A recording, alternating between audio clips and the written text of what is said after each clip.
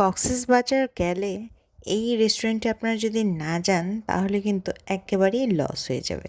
যারা ডেজার্ট পছন্দ করেন তাদের জন্য কিন্তু এটা একটা হেভেনলি প্লেস হতে পারে। আজকে আপনাদের সাথে শেয়ার করব দারুণ সুন্দর এবং দারুণ মজার মজার ডেজার্টের একটা রেস্টুরেন্ট, আর সেটি হচ্ছে সুগার। এখানে না গেলে একেবারেই মিস হয়ে যাবে। ওদের রেস্টুরেন্টের খাবারগুলো দারুণ, বিশেষ করে এই যে ডেজার্টগুলো, এগুলোর তো কোনো জবাবই হয় না। এই রেস্টুরেন্টটা এত সুন্দরভাবে ডেকোরেট করা হয়েছে যে কারোরই মন ভালো হয়ে যাবে। আপনারা যে কোনো একটা বেঞ্চে অথবা যে কোনো একটি পছন্দের টেবিলে বসে কিন্তু বাইরের প্রকৃতি দেখতে দেখতে মজাদার এই ডেজার্টগুলো উপভোগ করতে পারবেন। ডেজার্টের পাশাপাশি ছিল নানান ধরনের বেকারি আইটেম। এই যে এক ঝলকে দেখিয়ে দিচ্ছি তাদের কালেকশন, দেখতেই পাচ্ছেন নানান ধরনের পেস্ট্রি, বেকড বানস, এমনকি ছিল নানান ধরনের কফি আইটেম।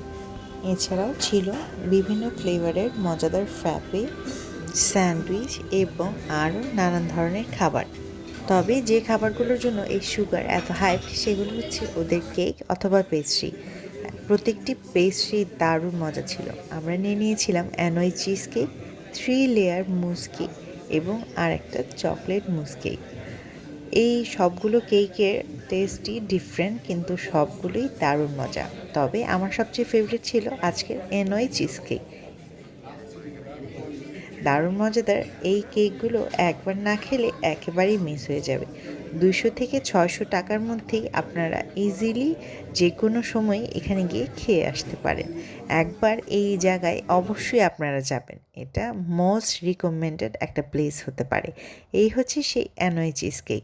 এর প্রত্যেকটি লেয়ারে লেয়ারে মনে হচ্ছিল একদম চিজে ভরপুর এবং খুবই ফ্রেশ। আর এটার মিষ্টিটা ছিল এত ব্যালেন্সড যে খেতে অসাধারণ লাগছিল। আর এই কেকটাও ছিল দারুণ মজা। প্রতিটি কেকই এত মজা যে আমি বলে বোঝাতে পারছি না। এই 3 লেয়ার মুস কেকটাও ছিল খুবই ফ্লেভারফুল। প্রতিটি পেস্ট্রি অথবা কেকের ফ্লেভারই ছিল এত ইউনিক যে আপনার মন চাইবে বারবার খেতে। আজকের ভিডিওটি ভালো লাগলে কিন্তু কমেন্ট বক্সে জানাতে একেবারেই ভুলবেন না। আমি আমার ভিডিওর শেষে এর ডিসক্রিপশানটা দিয়ে দিব। সবাই ভালো থাকবেন, সুস্থ থাকবেন। অনেক অনেক ধন্যবাদ আজকের ভিডিওটি দেখার জন্য।